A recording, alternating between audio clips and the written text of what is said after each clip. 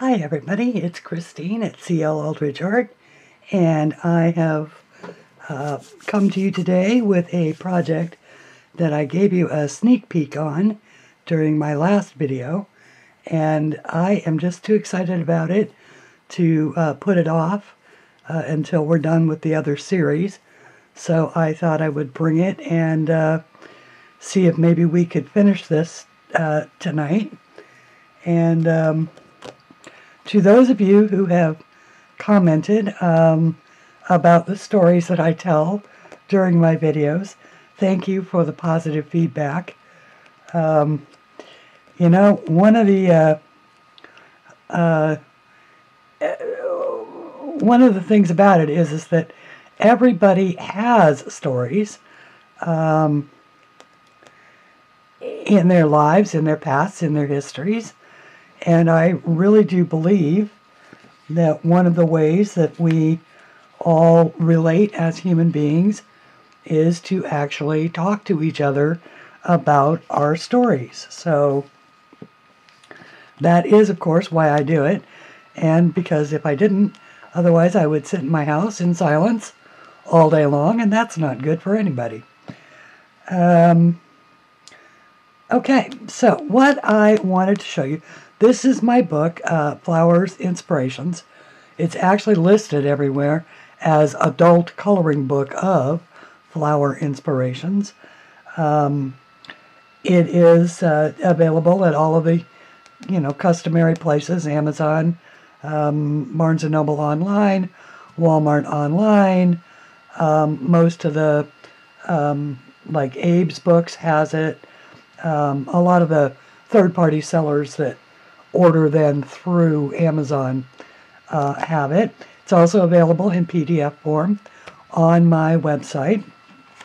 It is, there's a walkthrough or a video movie of this book in my playlist of flip-throughs of all of my books. This is one that I've done a bit of coloring in. I did this one, which we lovingly call the parrot bees. And this is one that I recently did just with the same watercolor markers that we were using in the series that I'm currently doing. And then this one is this was an exercise in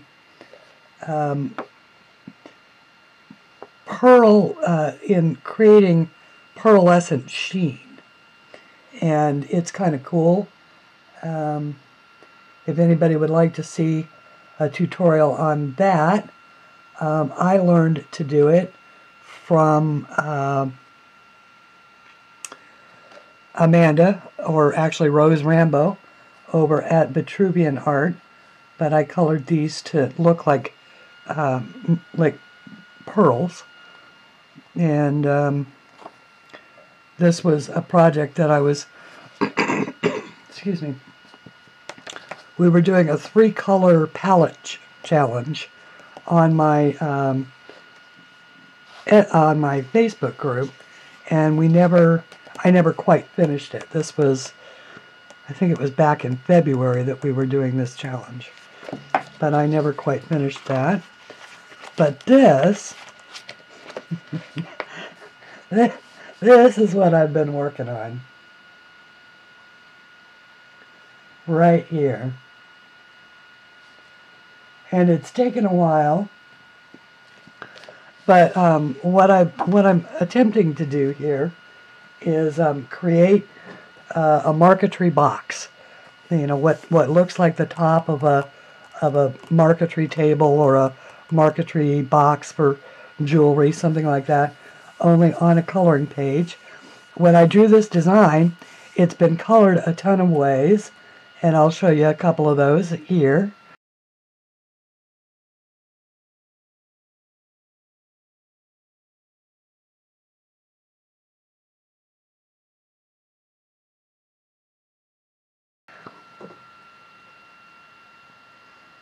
Aren't they pretty? But at any rate, I wanted to do it a little bit different, and I think that I am achieving that. And I wanted to show you just how I did it with such a muted palette, but I really think it really comes to life. I saved this section because otherwise I'd have just bored the tears out of everybody as I was working this out. But I thought, why not? They might like to see how that's done. And so without further ado, I'll show you the inspiration for this.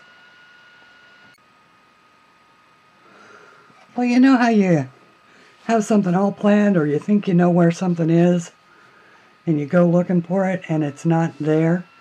Well, that just happened. I was looking for the box. I had given my mother a box that was square. It was, you know, roughly this same rectangular shape. It opened this way one year.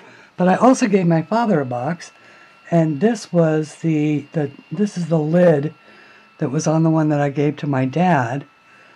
And of course, when he passed away, I inherited it back. The box itself, the top separated, the hinges came loose. So I just grabbed the top of it off the thing rather than bring the whole box in here. But this was sort of the inspiration for the color palette for this. And this is actual marquetry. This is natural wood, and it's all laid in. It's not painted on. It's actually, you know, laid in there. Anyway, I think they're very cool. So that's what I was doing here. Okay, let's zoom in. And this part here is paint. And so we'll grab that. I'm not going to do anything with it just yet. It'll be the last step because it takes three coats. But this is metallic paint, Sequin black. I got this over at Walmart again. It's the FolkArt brand, and that is the color. The color is 661E Sequin black. And it has a metallic sheen. So, these are the pencils. These are out of the set of Deli oil pencils that I have that are supposed to be very similar to the polychromos. They do work really well on the good papers. They work on the CreateSpace paper as well, although the result isn't as nice as it is on the more expensive papers. But at any rate, this is the set. There's, I believe, 72, and these are the ones that are like $26.99 over at Amazon. I'll put in a link for these two. I have put in a link before for them, so I'll just grab it up. Now, they don't come with any colors actually written on them, but each of the colors is numbered. And so I picked out this is the assortment that I've been using on this. So this really is a layer. It was an exercise that I started doing in layering different colors directly on top of one another to be able to change the colors. So, zoom you down here. Make sure you're in focus.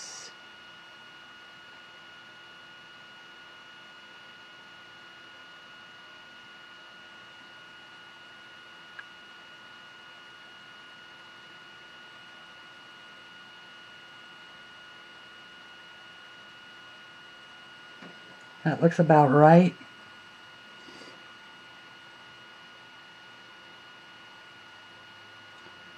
And go back to webcam options. Okay. So, the way that I started this one is I have 3 of these light browns. This one is probably, yeah,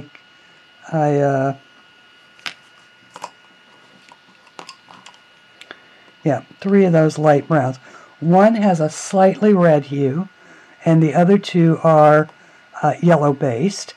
And so I believe that I started with the darker of the 2 yellow based, and I just laid down a light shade, or a light coloring of this one. And in each of these. So how is everybody tonight? It is 10:53 p.m. on Friday night here in frigid Virginia. My goodness, like so much of the rest of the country, here in America, our temperatures have dropped through the floor.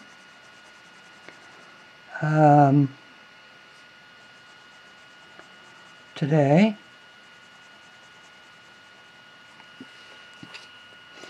And the good news is that thank you to a very, very special lady who I don't know if she would like me to name her or not, but she blessed me today. And I want to say thank you.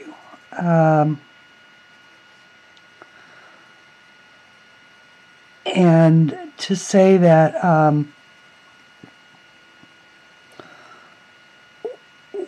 what you did was amazing, and the result of it is that I put half into the Turn Back on the Heat fund, and they are coming out tomorrow to do just that. And the other half, I was able to bless independent artists by purchasing their works out of Etsy or directly from their websites. And those were Christina McAllister, who I bought Magical Beauties 2 and 3 because I already had one. I'm using this more taxi cab yellow now, or not taxi, it's sunshine yellow. And just going a light coat directly over all of that darker brown that I put down. And this is to yellow it up. And Tatiana Bogima, I bought her nice little Town 5 and her Victorian Classics coloring book on Etsy. So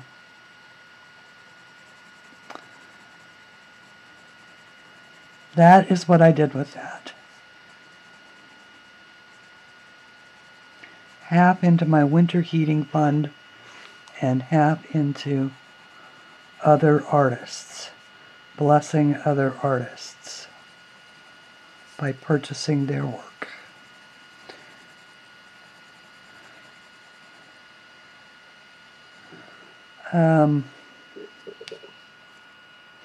And yes, I am excited that they are coming to turn the gas back on tomorrow, because now the first thing that I want to say is that I don't go without anything.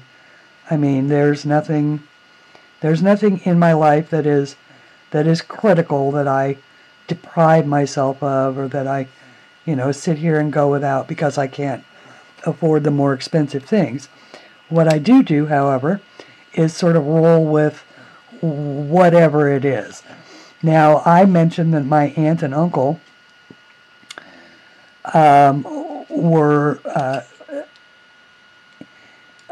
one of the things that they had, I talked about my aunt and uncle the last time that we were in, that I did a video.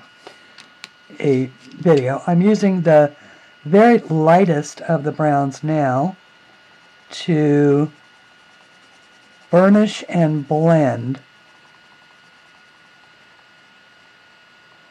all of that other color. So I've got the darker brown underneath, the more sunshiny golden yellow in between, and then I'm putting a layer of medium brown underneath, or on top of it, and burnishing it, sort of just putting a heavier layer. And then I'm going to blend this all with a blender pencil. But one of the things that they had that they absolutely adored was a, well, actually they had lots of them, but they liked owning land out at Lake Havasu, which is, if you're unfamiliar with where Havasu is, it is when they built the Hoover Dam, which was a huge project that they built, I believe, in the 1920s, and it was one of the, or 30s, it was one of the projects that helped put America back to work after the Great Depression. And what they did was they were harnessing the water from the Colorado River to then be able to use, mostly in California, through the California aqueduct system. But in order to do that, they had to build the Hoover Dam. And when they did, it created a man-made reservoir, lake, whatever you want to call it, called Lake Havasu.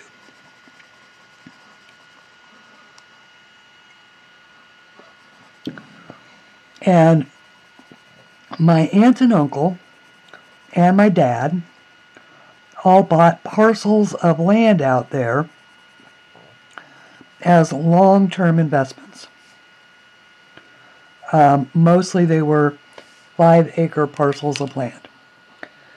And my uncle, of course, was one of those types, especially after he retired, because he was a welder all his life for Standard Oil.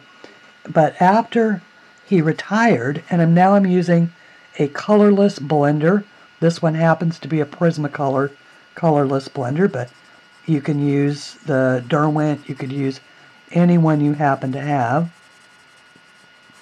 And I am just lightly kind of rubbing all of that color down into the tooth of the paper and mixing it together. Now this does create a sort of bizarre, rough effect, and that's what you want, because this is supposed to be wood. And so the effect to me is exactly what I want. So anyway,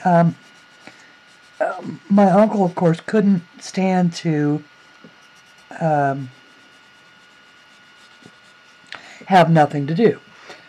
So he decided that he would put a weekend trailer, you know, mobile home type thing, on one of his parcels of land out there in the desert. And so he had a water witch out, and yes, there are water witches, and yes, they actually can produce or predict where water is. And if you live in Arizona or Nevada and you are intending on sinking a well, you know that you can have the best hydrologist in the world out, and you can have a water witch out, and the water witch is going to be right 99 times out of 100. And a good water witch will not take money They do it because it's a gift, and they do it because the gift of being able to feel water underneath your feet or in the earth is a gift from Mother Nature. Now, I don't say that you have to believe that. I can only give you my first-hand account that every time I have seen a water witch choose a spot and a driller go to work, they hit water at just exactly the depth that the witch says that it's there. So you can explain that away any way you want to. All I know is that it works. So, at any rate, so he had a water witch out, and then he proceeded to drill a well. Now, because he didn't have a proper drill rig, but he'd welded drill rigs all of his life, basically, he built a drill rig, and he spent the next several months out there on his own, with occasional weekend visits from my aunt, living rough in this trailer and drilling a well, so that they would have running water. And of course he succeeded. Hit the aquifer right where the witch said it would be, at exactly the depth. Of course he had to go through a lot of rock to get to it. Or a lot of heavily compressed earth. Rock that did in fact crumble apart, not bedrock. Because you can't drill through bedrock. Well, you can, but you can't. You have to have a diamond blade. So at any rate, they put in this well, and they put a better trailer on it, one that slept 6, and had a little kitchenette and it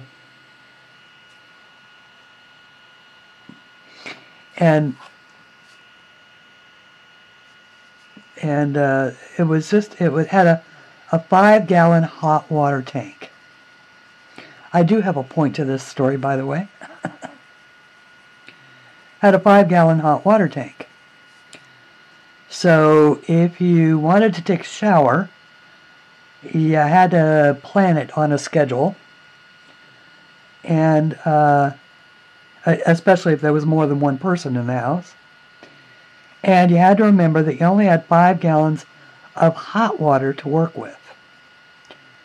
So, of course, I went out and stayed with them a few times, and I got the knack of how to do that. So when the gas company cut my gas off, which, by the way, was last April, so April, May, June, July, August, September, October, November, so that was 8 months ago.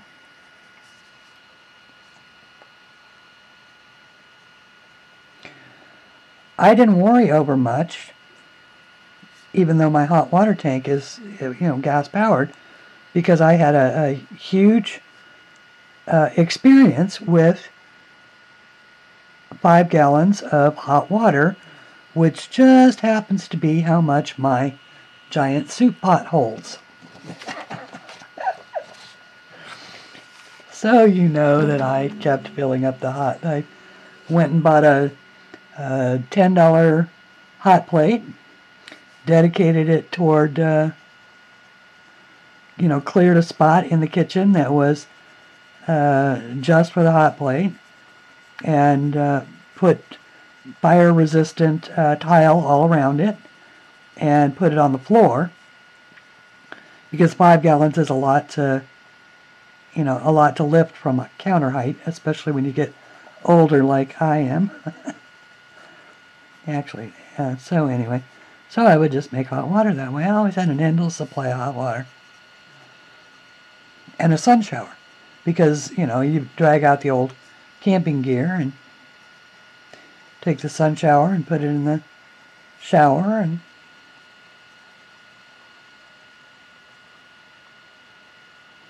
people think I'm crazy. But heat is another story. You have to have gas for heat, for a furnace. And so that's what we'll do. Now, of course, I will say that there were points this summer that I could easily have made turning the gas back on a priority. But here in Virginia, it gets so hot and steamy in the summertime that the water actually runs warm out of the cold water, actually runs warm out of the tap. So in the summertime, it wasn't necessary.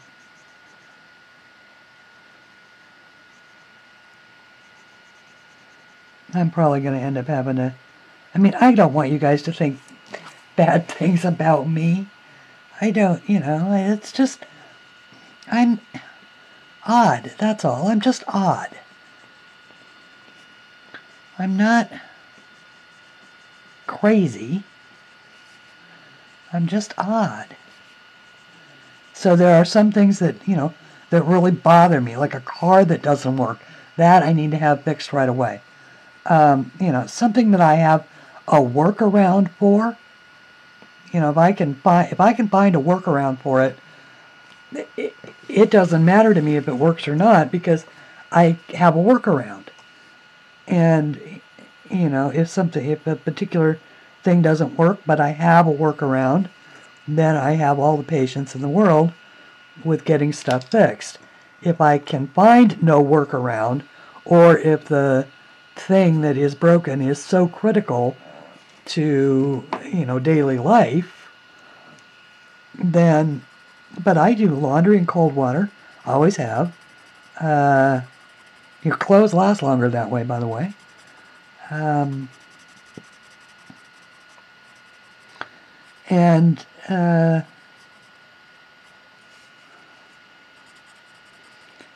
So I, you know, since I don't use bleach, I don't need anything hot.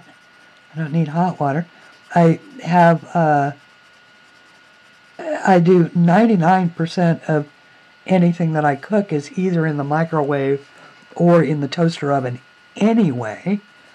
So unless I wanted to make a roast, which, by the way, you can make a roast in a toaster oven. You just can't do it all at once. You have to cut it into pieces and make a, you know, like instead of a full roast, slice it up and freeze the pieces.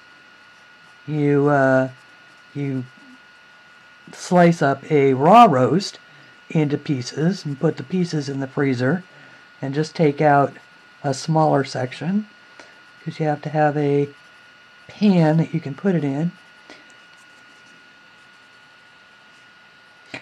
But as of tomorrow night, I will have an oven, a hot water source, hot water tank full of hot water. So life is looking pretty good.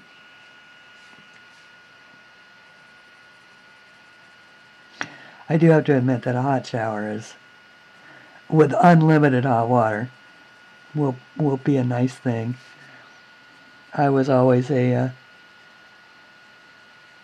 ridiculously long shower taker. I just love that hot water.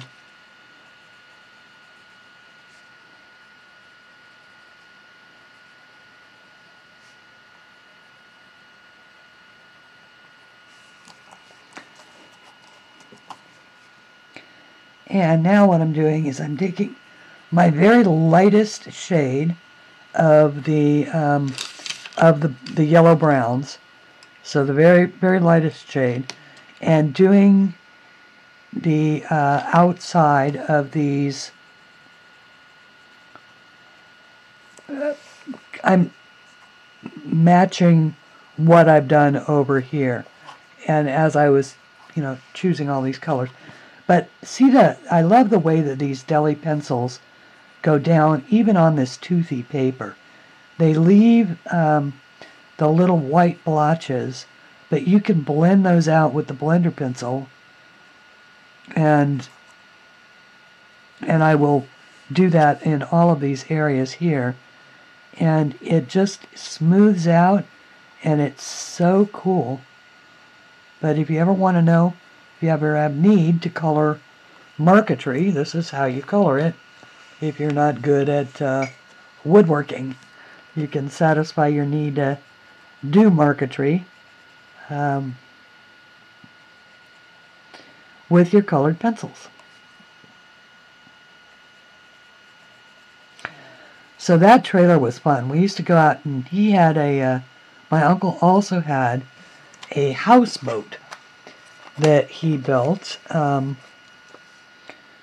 for the lake, and he put it on these big giant pontoons, and which he welded out of old aluminum tanks that had been made that had been, I'm going to end up knocking these off let me get rid of these, knocking these off the back of the desk.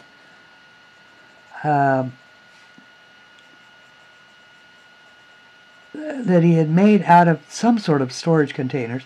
When you are a welder, you have access to all kinds of interesting things. So he built this really cool houseboat, and he didn't have it a long time because a storm came along and pretty much wiped out the houseboat, which is why they ended up with the trailer to begin with. But they had they had a real house in Orange County, which is where we lived, but they liked to go out to the lake on weekends. So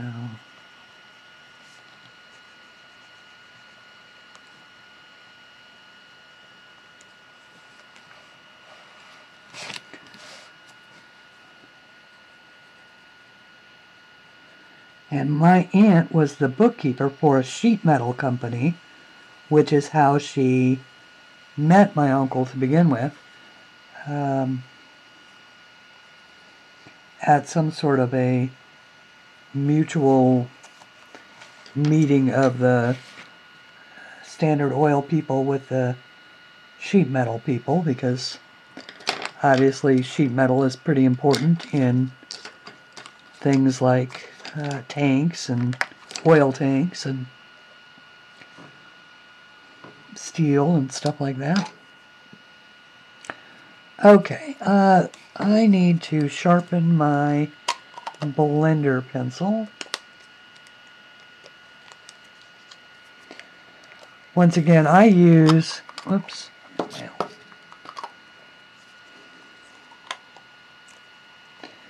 that is such an annoying thing, Prismacolor. Their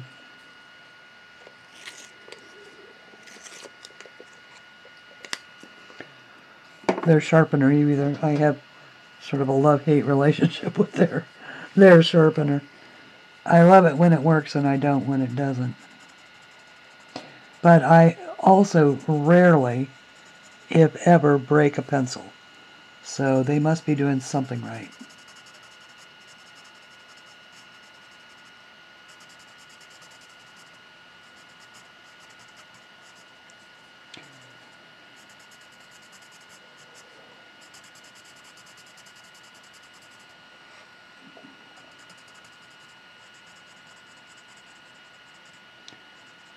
And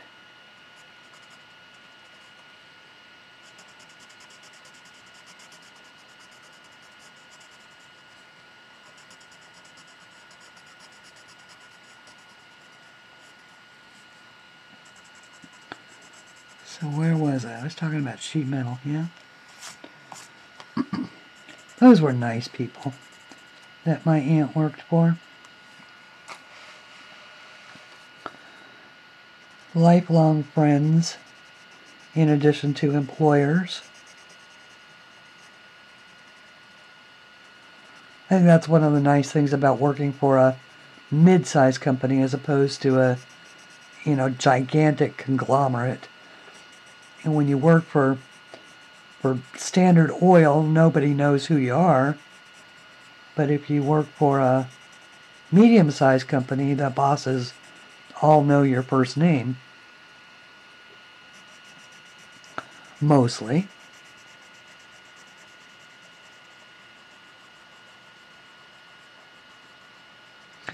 And my aunt was so sweet. There was a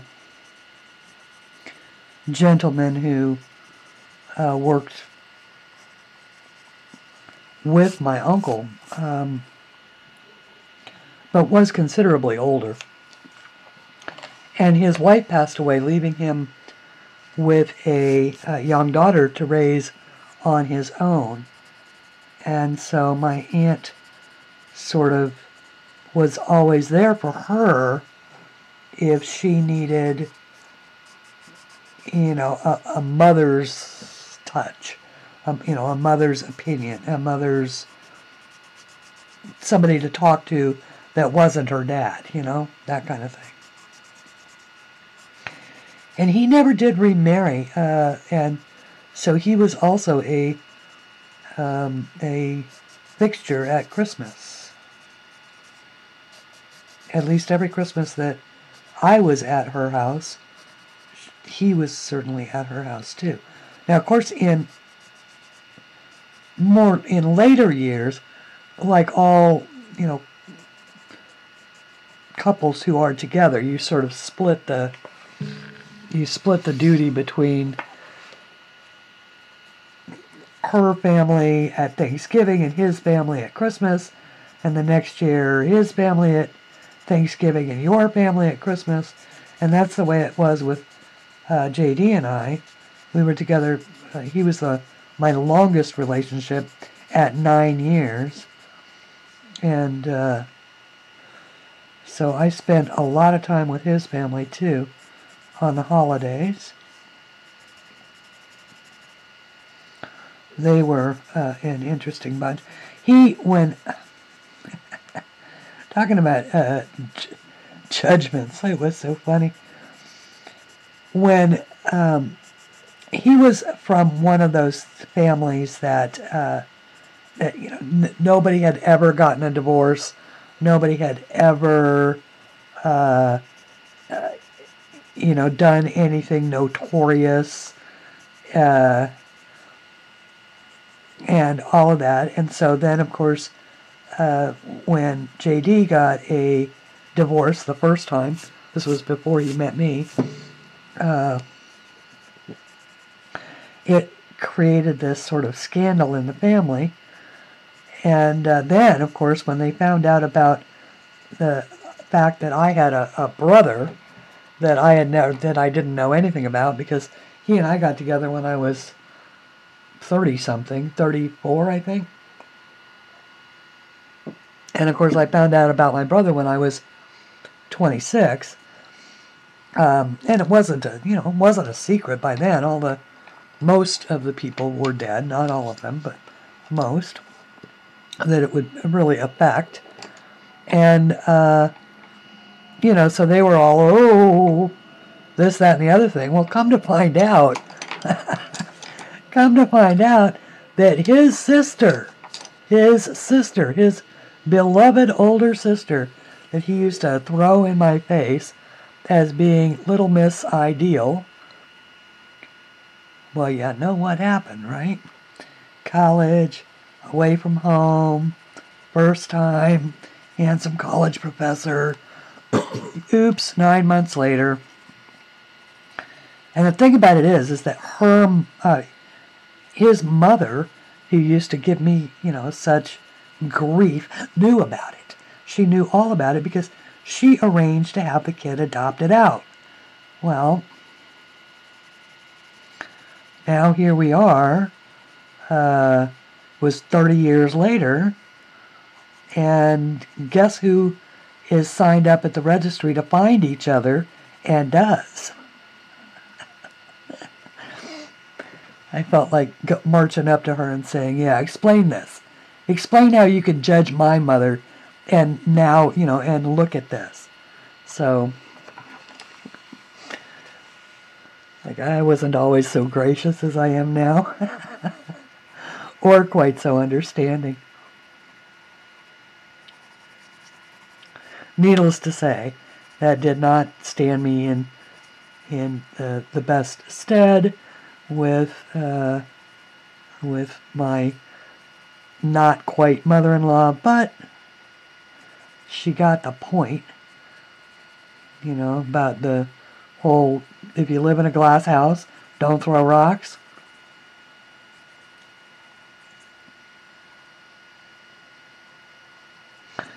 Anyway, I thought it was just very cool that after all of those years, that his sister and her son could be reunited, and they thought it was pretty cool too. Okay, so that was a darker brown, and now I'm putting a slightly of the three browns that I had. I've been using on these yellows. I've been using the two yellow-based ones on these. Sorry, I am just way off screen, aren't I? Okay. I've been primarily using the two yellow-based ones on these colors here, the golds, the golden brown, and the outer edges. Then I used the dark brown here in the, you know, a light coat of the dark brown. And now I'm using the redder of the three light browns that I had. So all together, they are, oh yeah, that's good. Okay. And then there is one more dark brown here, and there is a black. So I use the black in all of these edges, and I have yet to use this, but I will use it before we're done. So just using the redder, because I want to give this a slightly red tinge.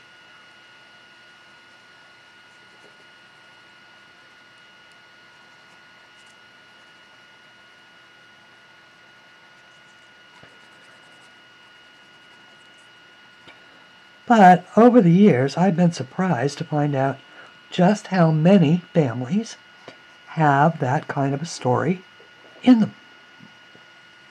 And because a few generations ago, it was considered quite scandalous to have a child out of wedlock.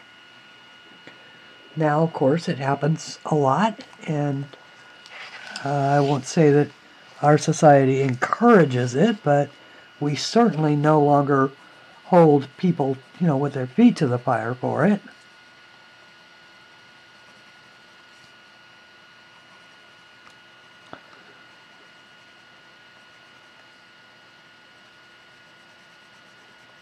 And there are certainly many, many reasons, valid reasons to have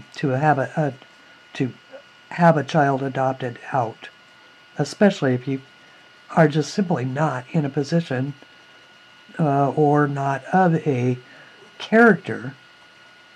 You know, I never had children because I don't have any patience with children, and I know that. It's something I know about myself, and because I never had any exposure really to kids, I didn't even hold a baby until I was in my 30s, I don't think. So I just had no experience with kids. I'd never been around babies. Okay, so now I'm using this darkest of the dark browns and just sort of shadowing in out here. And for a while when I was married, I thought for a while that were going to have a baby, but that didn't work out, so that was God saying, I don't think so, honey. You just don't have the temperament for it. And that is really true.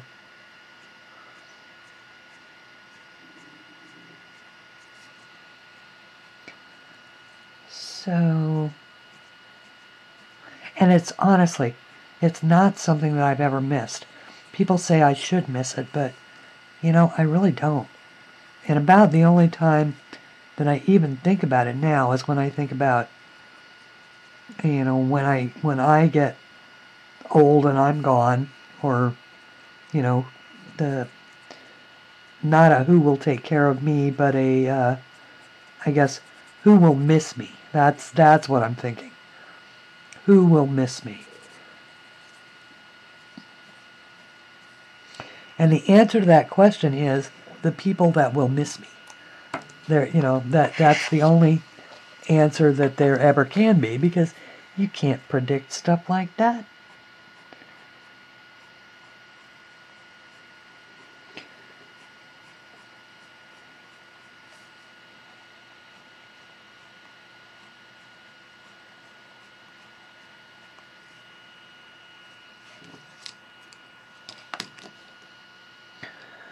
That is an exercise in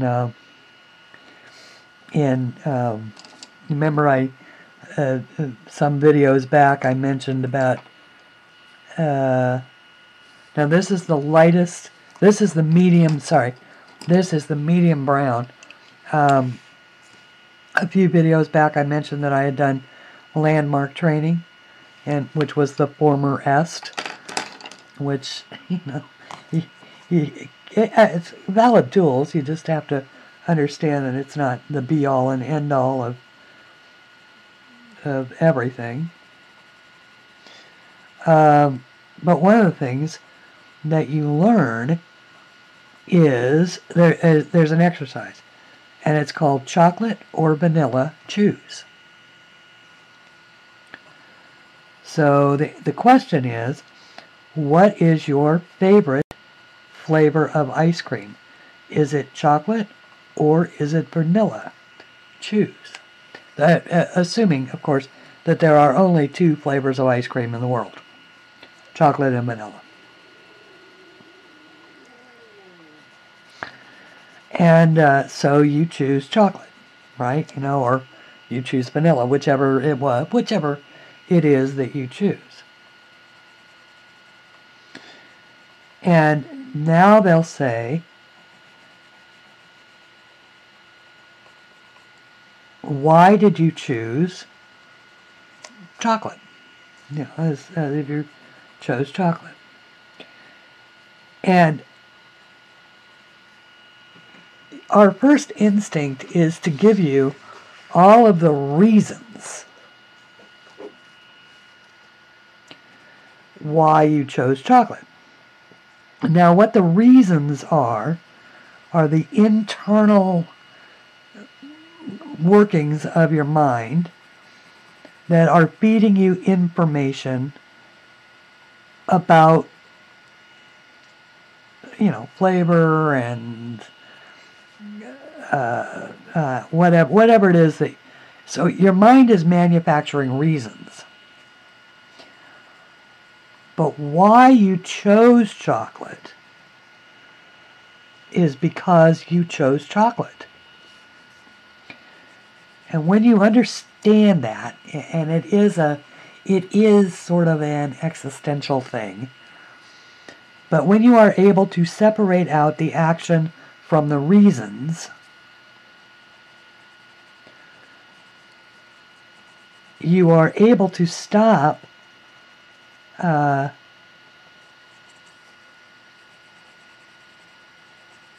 making excuses. And you are, when you're done making excuses, you are then free to choose vanilla. If that's what you choose.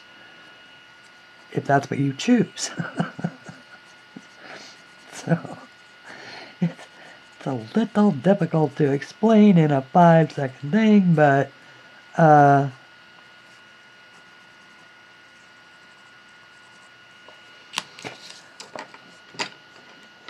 it is in fact a fact. It's, you know, if you can figure out the separation between the story you're telling yourself about why you can or cannot do something, because the natural thing is, if you choose chocolate, you can't choose vanilla, right?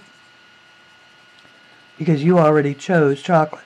So you can, you know, then people will start to get stuck with, well, I decided.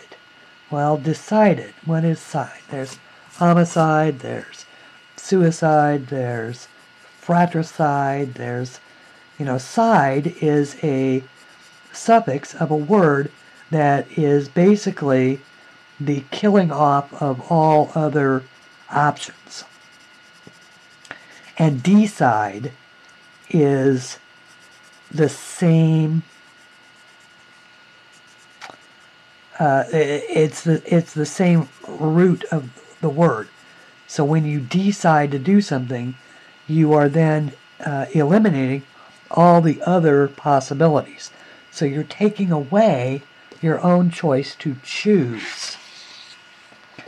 So rather than decide, I always choose. Today I chose to color Marquetry.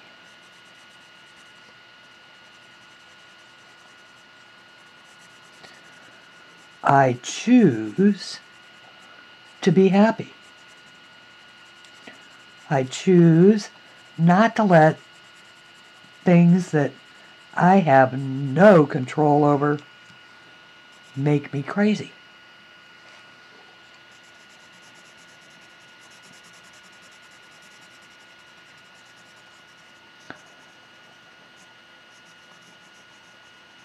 So that is sort of that in a nutshell. I don't even know why I was telling you that. It had something to do with something else I was talking about.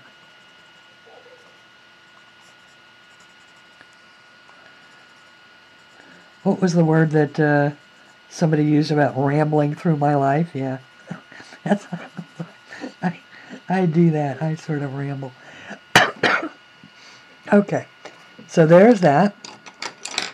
Now, for the last one, I once again want that medium brown, and I'm going to go with a light shade in here.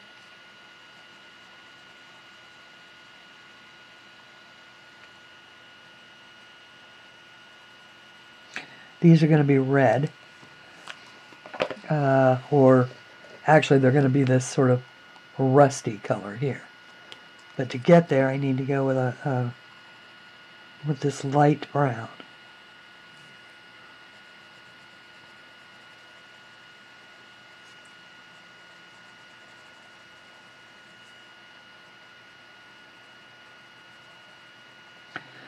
And I don't know how much wisdom there is in that, but it sort of, you know, it sort of works. It certainly helps you keep an open mind and a positive outlook, you know, because what you chose today, if you chose wrong, that's fine. Simply choose something else tomorrow.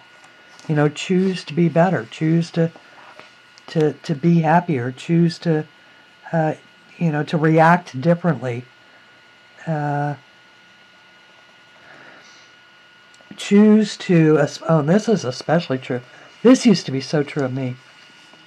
And I think I have a fairly quick story that I can tell. When I was, which this is how I got involved in Landmark to begin with. And once again, I do not recommend it for everybody. it worked for me because I took it as a set of tools to add to the other sets of tools that I've been given all my life. You know, the first growing up in AA, you know, with my dad being a sober alcoholic. And, you know, so I learned all of the stories. Maybe that's why I think about stories so much, is because that is how, of course, that's how people stay sober in AA. They share their stories, and they know that they're not the only one that feels that way, or they're not the only one that's going through a trouble of a similar kind. It doesn't have to be exactly the same kind. Could be a totally different kind. But, you know, maybe they realize that, you know, life with a pretty girl isn't always peachy keen like you think it is.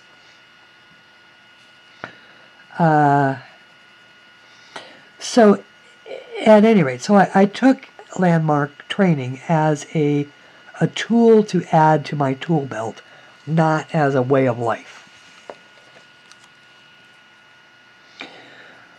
But what made me do it? Because I was not going to do it. I'm like, no, there's just, you know, it's got no appeal to me. It just doesn't sound good. What had happened is that JD's niece had gotten involved with them. And so she had talked him into coming to San Francisco and doing what is called a landmark forum. And basically, well, I get ahead of myself. Okay. And he wanted to know if I wanted to do it too, and I said no, thanks, but, you know, no thanks. Okay. So there I used the red out of, so now we had this one, that one, and that one. And then I had the medium brown, the darker brown, and the black. And I had used the goldens. So now so far we've used all of those, and I just added that red on the end. So these are all the colors that it has taken to do this.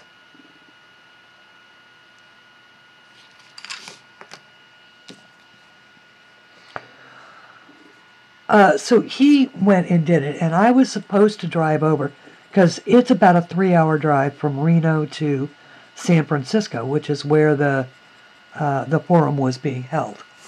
And so it's about a 3.5 hour drive over, and I was supposed to go over at the end of the,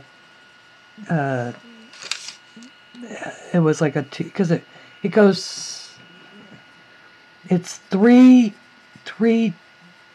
days and an evening, I think is what a landmark forum takes. And but they're 3 24-hour days and one evening. So I was going to go over that week and, you know, and join him for the evening, because the evening in that is for invited guests to, you know, to visit with their person who's been gone for 3 days, or, you know, to learn what the forum is about, that kind of thing. But along about the evening of the second day, JD called home and he says, "We have to talk." Now, is there anybody in the world who doesn't hear those words with the bell tolling, you know, in the background? Da da da da. Something horrible is about to happen. Oh dear, oh dear. So I managed to work myself into such a frenzy about it that I didn't go. And when he called, I was sitting behind my desk because, as a certified senior escrow officer, my desk is my power position.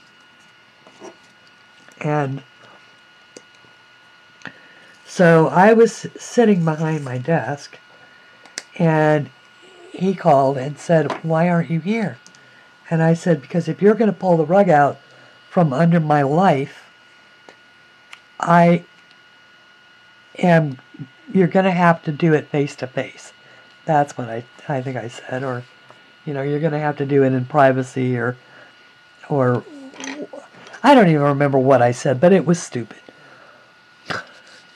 And he was just so apologetic. He's like, "Oh my goodness, I am sorry. I should have been more clear. I wanted to tell you this, that, and the other thing."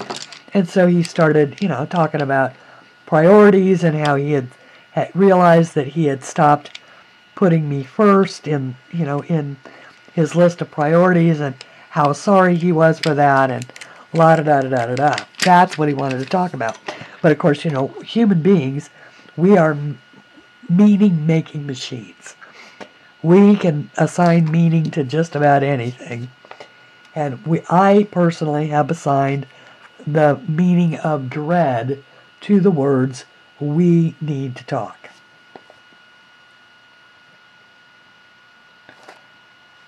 So, I was wrong.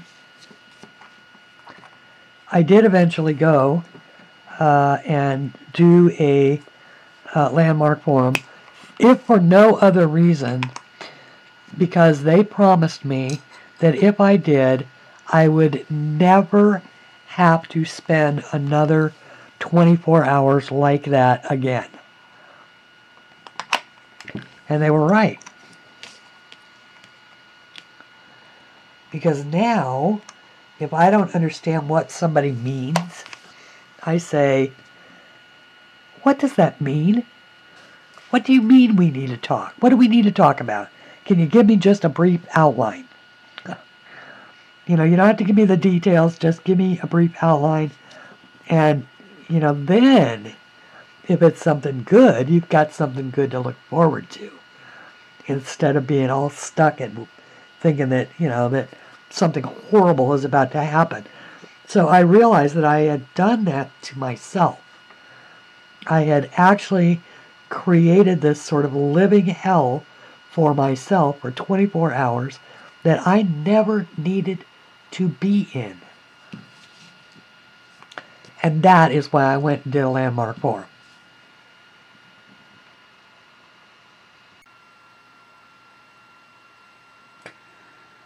Now, I should say, absolutely, that landmark is not something for everybody. And, hang on, reaching for a paintbrush here. And I don't even know if they still do them. It is thought by many people to be a cult. I can certainly see why people think that. But once again, I just simply used it to take tools from, not to, live my life by it. But basically, the way that it works is it's 100 people in a room with a forum leader. They do have employees on the doors. They do ask you not to leave, although they don't prevent you from leaving. And the premise of that is that, what if the thing that helps you achieve some kind of a breakthrough is said while you're out in the bathroom, or having a smoke, or, otherwise goofing off, doing something else. So there's a reason for it. And I will tell you that, I went into it fairly closed-minded, about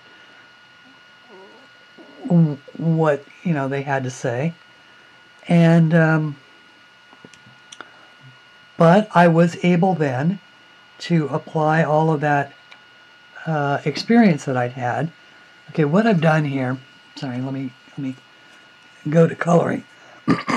I've been shaking my paint, and now I'm simply going to just lift the cap off and use the paint that is attached itself to the inside of my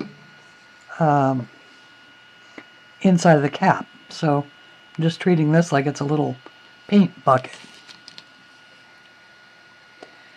And these are just simply inexpensive brushes. They're Teflon brushes that I bought over at Walmart. And these are made by Plaid, which is a fairly well-known name in craft brushes or paint brushes.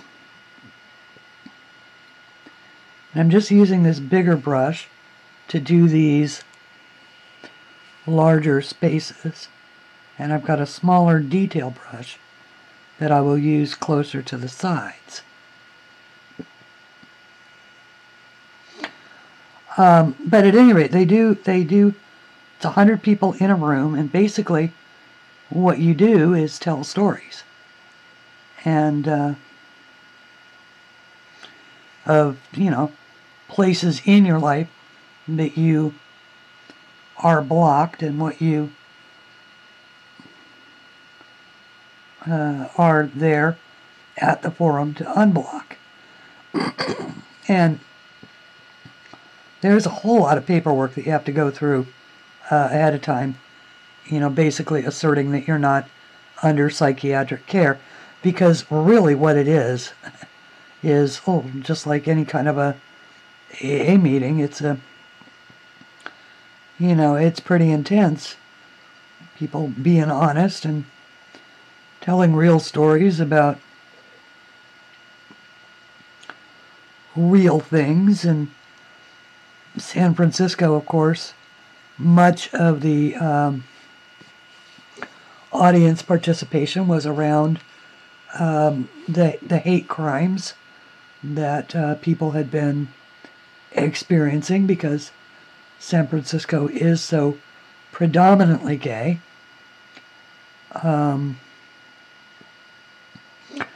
But you never know quite what you're going to hear in a forum. And there is a forum leader. They are specially trained individuals. And so it's definitely, you know, something to take seriously. You're investing your time and not an inconsiderable amount of cash into doing this sort of weekend thing. And you should, you know, participate and get as much as you can out of it. Now, I, at the time, was not much of a participator. I still wouldn't be to this day. I did not stand up and tell my own stories, but I certainly listened to a lot of the stories that were told. And just like in all of the AA meetings that I had attended from the time that I was a little girl with my dad, I was able to apply the feelings that I heard people expressing to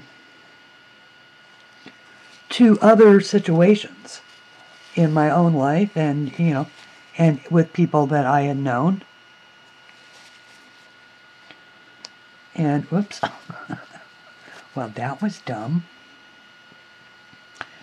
But it is very intense, and it is basically, you know, it's basically group psychotherapy. It really is. And, you know, but if you go into it sort of knowing that, you're prepared. And if you are the kind of personality that is easily led or easily influenced by buy things, then I would not recommend it for you at all. Because the employees they watch the crowd. They know who's listening. They know who's reacting. They are in fact making notes of reactions. And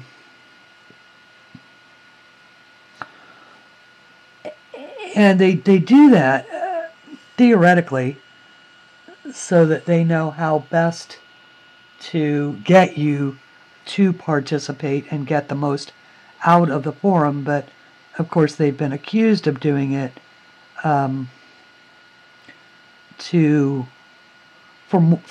much more nefarious reasons. And but at any rate, so it was 2 days of, I was listening and learning and thinking and applying and generally relating to all of these people and the terrible pain, just the absolute terrible pain that that they had gone through in their lives. And it was the forum leader who said something. I was pretty sure that I wasn't going to hear anything life-changing. Okay. For me, at any rate. Great set of tools, great set of stories. Wonderful to see all of these people, because there were some breakthroughs. There were some people who got in touch with feelings that they didn't understand or didn't realize the cause of, that kind of thing. But I was pretty certain that there wasn't going to be any answer for me there. And until the forum leader started talking about her father. And her father had passed away some years before, and it was one of those situations where he had gone out the door in the morning. She had had a fight with him, and said mean things. He probably wouldn't let her go to a party, or I don't remember exactly what it was that was the case, but he was killed in a fatal car accident that day. And without realizing it,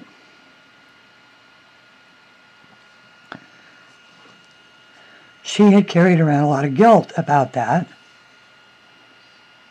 believing that it was her fault. Somehow that it was her fault that he had, he was angry. He shouldn't have been driving. The last thing I said was, "I hate you," all of that. And I was sitting in my chair, and I listen intently whenever people speak.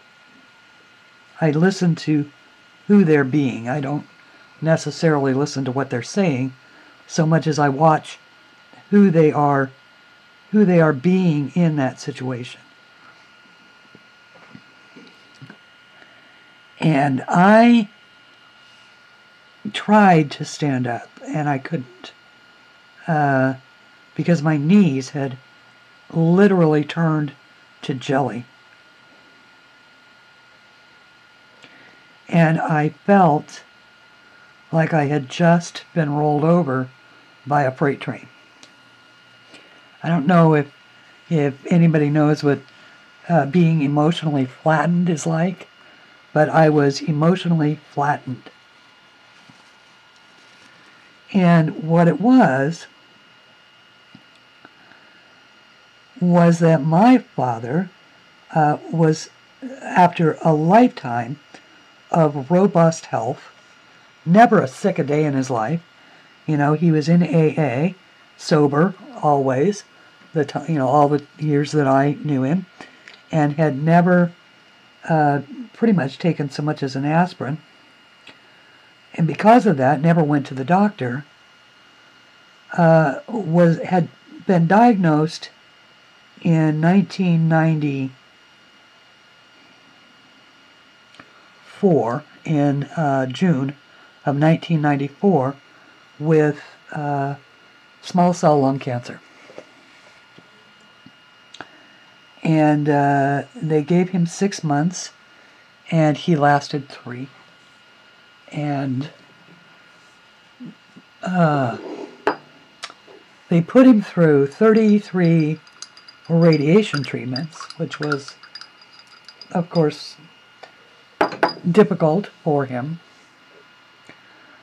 But it got to the point where the doctors had said that they had shrunk the tumor in his lung and it was gone. And we were all celebrating, only to find out that that the cancer had actually already metastasized to his pancreas. So, even though he had had this, chemo that he had done so well with, it didn't do any good to save his life. It just basically made him miserable for 3 months. And so it got to the point where we had to call hospice. He wanted to be at home, and I called hospice to be there that night, and he passed away that night. And because the reason why he didn't want hospice was because he knew that they would give him morphine for the pain, and he did not want to give up his sobriety.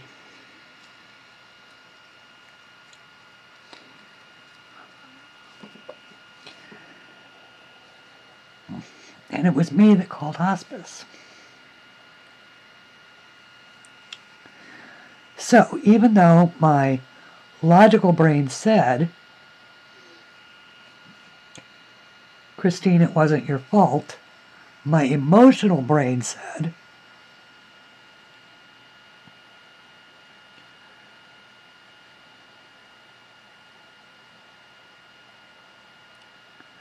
that he gave up because of me.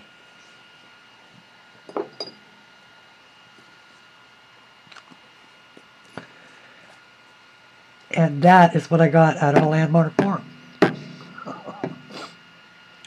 That is what I learned about myself.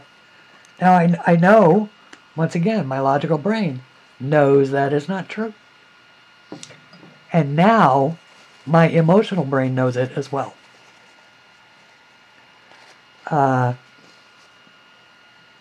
So that was kind of a downer of a story, huh? But on the other hand, I look at it like this. There's nothing that prevents people who are ill from passing away. I happen to be a person who believes that there is something beyond this life which is better. I don't always call it heaven or, being with the Lord or anything like that. I am much more of a Eastern philosophy believer. I believe in karma. I believe in redemption. I believe in past lives and future lives. So somewhere out there, when he's ready, my dad will give it another go, or the spirit that is my father will give it another go out there in the real world. And until then, I won't know anything about it. So, don't feel sad for me, because I don't feel sad for myself. But it was like this huge release.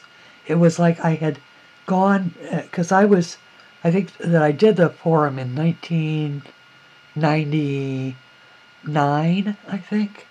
And so my dad had passed away in 1994. So that was That was, like 5 years of carrying that stuff around. Well, no wonder it was so difficult. Losing my dad was so difficult for me emotionally. And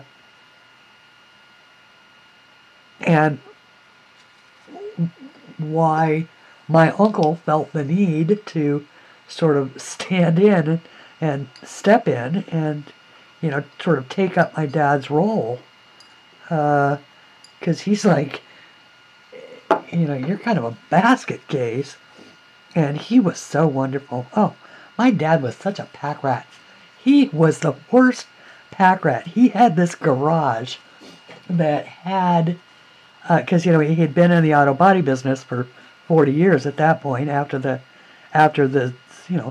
the service, he was in the service for, through Korea, and then for a little while afterward. But after that, he went into the auto body business where he was for 40 years. And that's where he retired from. But in his garage, he had so much stuff that you could no longer open the door of the garage. So he had to cut a door into the garage. It was a one of those wooden garage doors. At any rate, in there were, my uncle went through it after my dad passed away, and he inventoried everything in the garage, got rid of all the stuff that wasn't saleable, and arranged the sale of all the stuff that was. And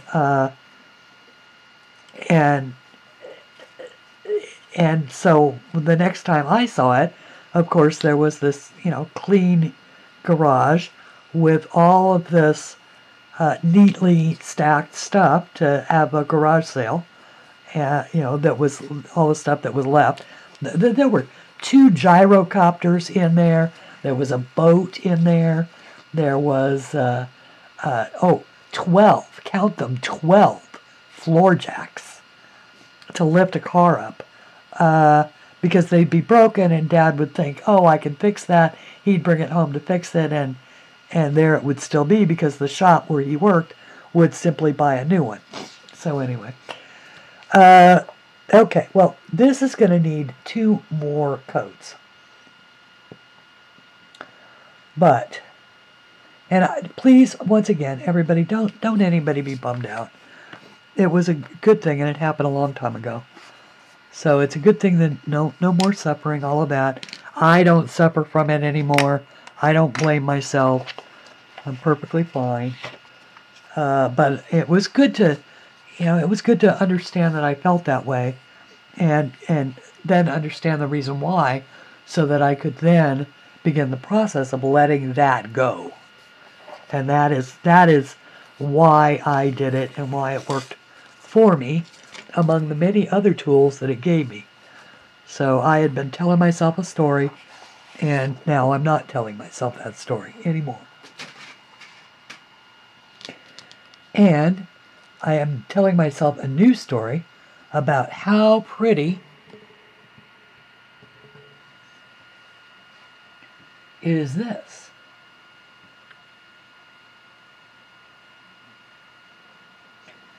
And I think that it is a very, very pretty page. And once again, it is in my book, Flower Inspirations, available on Amazon and as a PDF in my Etsy shop. If you don't want an entire book, you can, of course, buy just the individual pages of any of my books. This is, I started doing this with the Deli Pencils. This is my one from when I did the, for my friend who had cancer and was having a tough time. I did this series for her. Compassion, grace. It's gratitude, compassion, grace, and of course, healing. So I hope you enjoyed that. Until we meet again, please color something pretty. I will be finishing the water-based markers, and in another video. I'll probably film that tomorrow. So have a great evening, everybody. See you soon. Bye-bye.